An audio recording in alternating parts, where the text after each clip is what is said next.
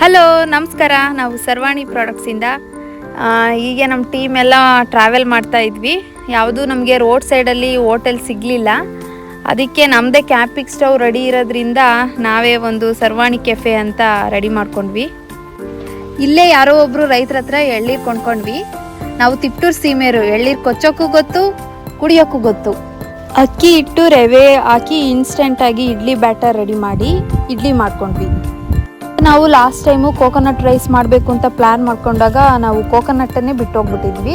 ಆದರೆ ಈ ಸಲ ನಮಗೆ ಆ ಪ್ರಾಬ್ಲಮ್ ಇಲ್ಲ. ನಾವು ನಮ್ಮದೇ ಡೆಸಿಕೇಟೆಡ್ ಪೌಡರ್ ಲಾಂಚ್ ಮಾಡಿದ್ದೀವಿ.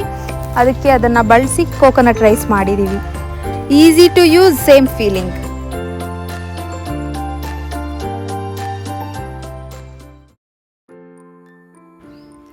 ಎಕ್ಸಲೆಂಟ್ ಆಗಿದೆ. ಸ್ಪೆಷಲಿ ನಾವು ಡೆಸಿಕೇಟೆಡ್ ಕೋಕೋನಟ್ ಪೌಡರ್ ಯೂಸ್ ಮಾಡಿ ಕೋಕೋನಟ್ ರೈಸ್ ಮಾಡಿರೋದು ತುಂಬ ಚೆನ್ನಾಗಿ ಬಂದಿದೆ. ಸೊ ಐ ಥಿಂಕ್ ನೀವೆಲ್ಲರೂ ತೆಂಗಿನಕಾಯಿ ಬದಲು ಡೆಸಿಕೇಟೆಡ್ ಕೋಕೋನಟ್ ಪೌಡರ್ನ ಸುಲಭವಾಗಿ ಬಳಸ್ಬೋದು. ಒಂದ್ಸಲ ಬಳಸಿ ನೋಡಿ. Thank you. ಹೇಗೆ ಅನಿಸ್ತಾ ಇದೆ ನಿಮ್ಗೆಲ್ಲರಿಗೂ? ಚೆನ್ನಾಗಿದೆ, ತುಂಬ ಚೆನ್ನಾಗಿದೆ. ಕೋಕೋನಟ್ ರೈಸ್ ಚೆನ್ನಾಗಿದೆ.